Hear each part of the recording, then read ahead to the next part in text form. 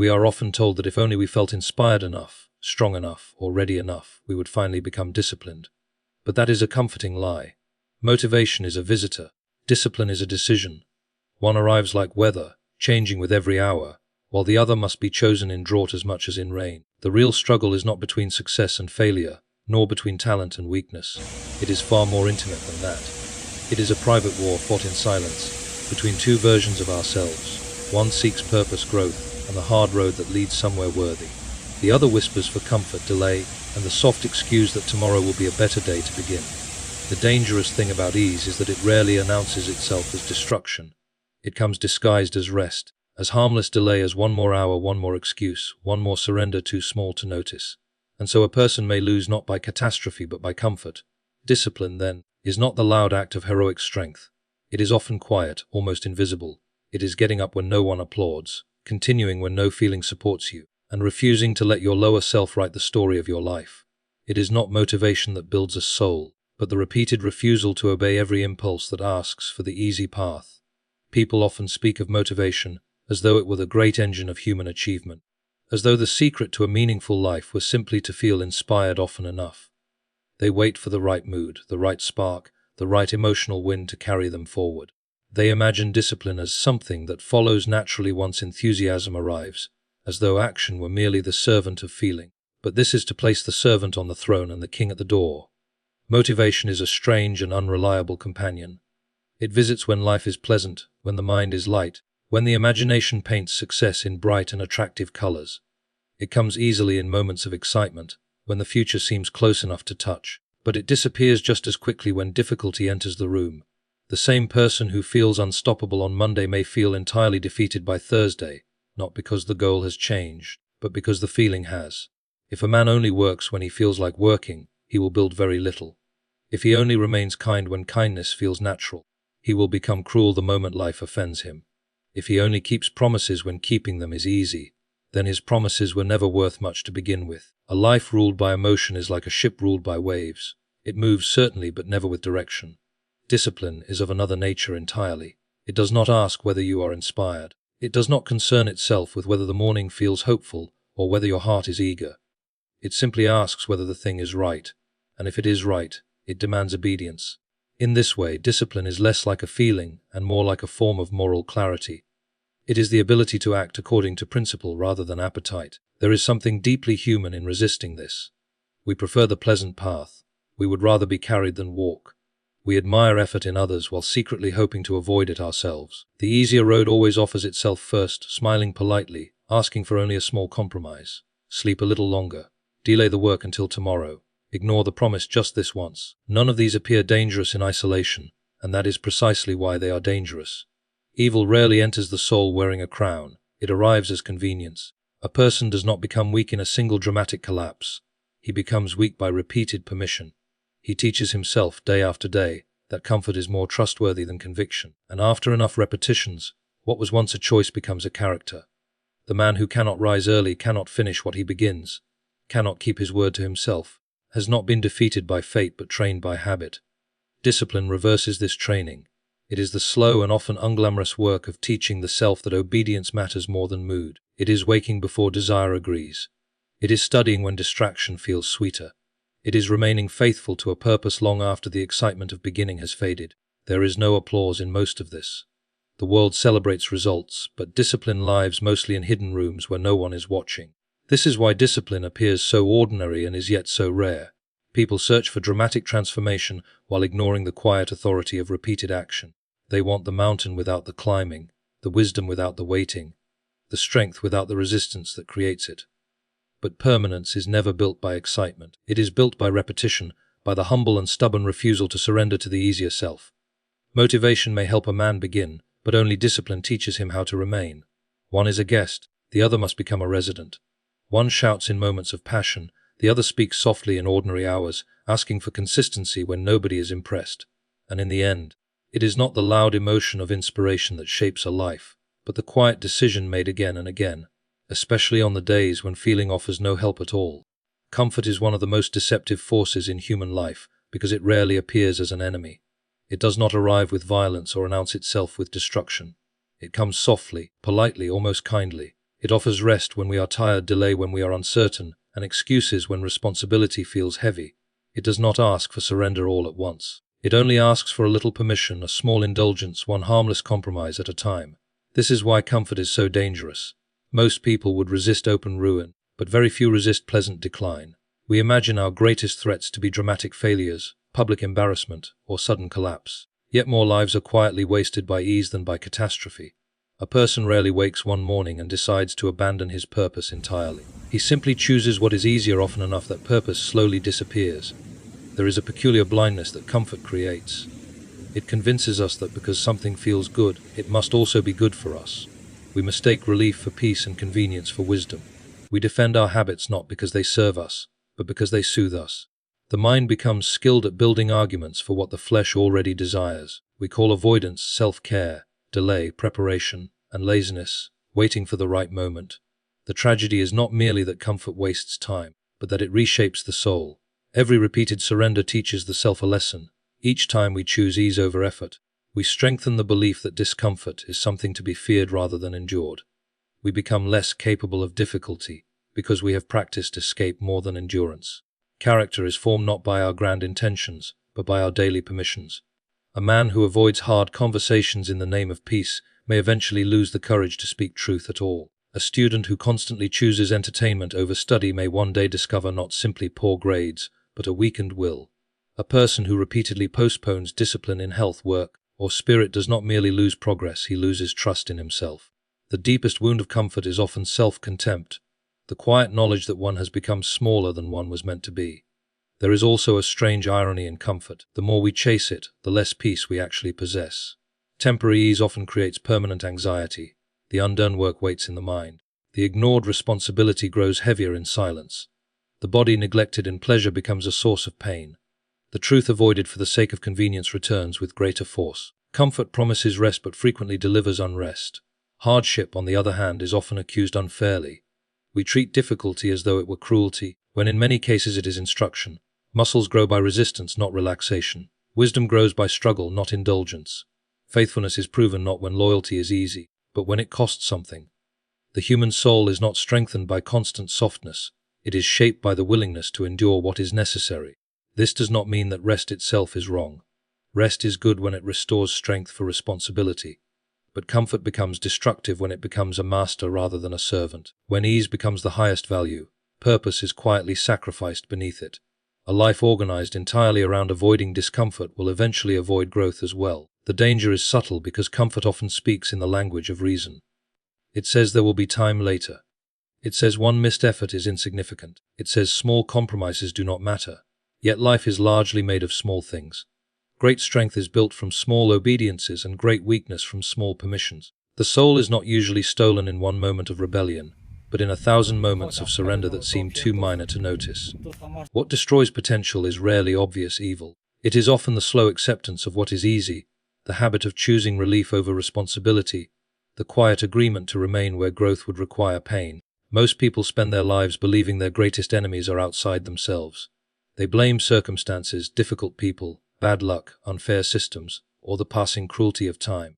They imagine that if only the world were kinder, success would come more easily and peace would finally arrive. There is truth in the fact that life is difficult, but the deeper struggle is rarely with the world around us. The most exhausting battle is often fought within the walls of our own mind. There are, in every person, at least two selves in constant disagreement. One is drawn toward meaning, sacrifice, and growth. It longs for a life that matters, even if that life demands suffering. It understands, however quietly, that dignity is found in responsibility, and that peace is often born from discipline. The other self desires ease above all things. It seeks comfort, applause without effort, reward without patience, and pleasure without consequence. It does not ask what is right, only what is pleasant. The tragedy is that the weaker self is often the louder one. It speaks quickly and with confidence. It offers immediate relief and never asks us to wait. It whispers that one more hour of delay is harmless, that one missed promise means nothing, that tomorrow will surely be a better day to begin. It is persuasive because it appeals to appetite, and appetite is impatient by nature. The stronger self, by contrast, is often quiet. It does not flatter, it does not shout. It simply insists on truth. It reminds us that the work must still be done, whether we feel like doing it or not. It asks for sacrifice without guaranteeing applause. It demands that we become responsible for the person we are becoming. This voice is easier to ignore, not because it is weak, but because it is honest. Many people lose this battle not in moments of dramatic failure, but in ordinary habits. They surrender to distraction when focus is required. They protect comfort when courage is needed. They feed resentment instead of forgiveness, pride instead of humility, excuses instead of action. Every small surrender strengthens the weaker self, until eventually it begins to feel like our true identity. We say, "This is just who I am," when in reality it is simply what we have practiced. Character is not discovered in crisis, it is revealed there. It is built long before, in private decisions no one else sees. The person who cannot trust himself to keep small promises will struggle to stand firm in greater storms. The battle with the weaker self is won or lost in silence, in whether one rises when no one is watching, speaks truth when lying would be easier, or continues when comfort offers a more pleasant escape. There is a dangerous modern belief that every desire deserves obedience. We are told that authenticity means following every impulse, as though the highest form of freedom were simply self-expression without restraint. But a person ruled entirely by impulse is not free, he is merely a servant to his own appetites. Freedom is not the right to obey every craving, it is the power to refuse them. To conquer the weaker self is not to destroy desire, but to place it in its proper order. Hunger is not evil, but gluttony is. Rest is not wrong, but laziness is. Ambition is not sinful, but pride is. The problem is not that we have desires, but that we often allow the lowest desires to become rulers. A soul without discipline becomes a kingdom governed by its loudest impulse. This inner war is tiring because it never fully ends. There is no final morning when the weaker self disappears forever. Discipline must be renewed daily. Pride returns, laziness returns, fear returns. The old self waits patiently for permission to rule again. This is why vigilance matters more than temporary victories. One good decision does not build a life, but repeated decisions do. The person we become is shaped less by grand moments of inspiration and more by which voice we obey in the ordinary hours. Every day, the stronger self asks for effort, and the weaker self offers excuses. Every day one of them is fed. Every day one of them grows stronger. Failure rarely begins with something dramatic. People imagine ruin as a sudden collapse, a single terrible decision, one public mistake, one undeniable disaster that changes everything at once. But most forms of failure do not arrive like lightning. They arrive like dust, settling so slowly that one hardly notices the room becoming unlivable. A person is more often undone by small excuses than by great catastrophes. The human mind has a remarkable talent for making small compromises appear harmless. We tell ourselves that one missed morning does not matter, that one broken promise can be repaired later, that 1 hour of wasted time is too insignificant to count. We do not see ourselves as abandoning discipline, we see ourselves as making temporary exceptions. Yet character is shaped precisely in these exceptions. What we repeatedly permit, we eventually become. Excuses are dangerous because they wear the clothing of reason. They rarely sound foolish, they sound practical, even wise. I am too tired today. I will begin when conditions improve. This one indulgence is deserved. I work better under pressure. Each statement contains just enough truth to make surrender feel respectable. We are not merely deceived by excuses, we often cooperate with them because they protect us from discomfort. There is something in us that prefers justification over responsibility. To admit fault requires humility, but an excuse allows us to keep our pride untouched. We can fail without feeling guilty if we convince ourselves that failure was inevitable. The excuse becomes a shield, not against judgment from others, but against honesty with ourselves. We would rather preserve the image of our potential than face the reality of our choices. This is how small excuses create large failures. A student does not fail because of one missed study session, but because delay becomes habit. A relationship rarely breaks because of one unkind word, but because neglect is repeated until affection has no room left to breathe. A weak body is not formed in a day of laziness, nor a weak soul in a single act of cowardice. Repetition gives power to what once seemed insignificant. The terrifying part is that the consequences are often delayed. Immediate pain might teach us quickly, but excuses are patient. Their damage unfolds quietly over months and years. This delay creates the illusion that our compromises are safe. We mistake the absence of instant consequences for proof that no consequences exist. But a neglected garden does not become a wilderness overnight. Decay is often silent until it becomes undeniable. There is also a spiritual cost to excuses. Every time we break our word to ourselves, something inside us weakens. Self-respect is not maintained by intention but by evidence. If a man repeatedly promises discipline and repeatedly chooses comfort, he begins to distrust his own voice. He learns that his commitments are negotiable, his principles flexible, his standards temporary. The greatest loss is not the missed opportunity, but the erosion of self-trust. Excuses also create a false peace. In the moment, they relieve pressure. They allow us to rest without guilt, to postpone without panic, to escape the unpleasant demand of effort. But this peace is borrowed, and the debt returns with interest. The unfinished work waits. The avoided truth grows heavier. The neglected responsibility becomes more difficult tomorrow than it was today. What we postpone does not disappear, it accumulates. Responsibility, by contrast, often feels cruel at first. It asks for effort when excuses offer relief. It demands action before confidence arrives. It requires us to confront our own weakness without decoration. Yet responsibility is kinder in the long run because it builds strength. It teaches the soul that difficulty can be endured and that discomfort is not fatal. It creates a life that can be trusted because it is built on obedience rather than explanation. The danger is not in the occasional excuse, for all people stumble. The danger is when excuse becomes identity, when a person no longer fights his own avoidance but begins to defend it as normal. Then weakness becomes philosophy, laziness becomes personality, fear becomes wisdom. The person no longer says, "I failed," but "this is simply who I am." Great failure is often nothing more than small excuses repeated with perfect consistency, each one too minor to fear. Each one strong enough to pull a life quietly away from what it could have been. Pain is one of the few things every human being tries to avoid with remarkable consistency. We organize our days around comfort, our decisions around relief, and our habits around the hope of escaping discomfort. We speak of peace as though it were the absence of struggle, and we often assume that the good life must be the easy one. Yet life has a stubborn way of proving otherwise. Pain is not optional. The only real choice is which kind of pain we are willing to endure. There is the pain of discipline, and there is the pain of regret. One arrives first and asks for sacrifice, the other arrives later and asks for sorrow. The first is sharp but purposeful, the second is quiet but haunting. One strengthens the soul, the other slowly consumes it. Yet most people in the moment choose regret because discipline feels heavier at the beginning. The pain of discipline is immediate. It is waking early when the body begs for more sleep. It is studying when distraction offers sweeter pleasure. It is exercising when comfort invites stillness. It is apologizing when pride would rather remain silent. It is choosing truth when lying would be easier. Discipline demands that we endure temporary discomfort for the sake of a greater good not yet visible. This kind of pain is often misunderstood because it lacks glamour. It does not feel heroic. It feels ordinary, repetitive, and inconvenient. It asks for small obediences rather than dramatic gestures. But the ordinary nature of discipline is precisely what makes it powerful. Great strength is not usually built in extraordinary moments, but in repeated acts of quiet refusal. The refusal to surrender to appetite, fear, or laziness. Regret, by contrast, is a slower suffering. It does not arrive while we are choosing comfort. It waits. It appears months later in opportunities lost, in promises broken, in health neglected, in trust destroyed, in the quiet realization that we have become less than we were meant to be. Regret is painful because it carries the unbearable sentence, "It could have been otherwise." There is a particular cruelty in regret because it cannot be negotiated with. We can argue with discipline, delay it, resist it, and eventually obey it. But regret offers no such conversation.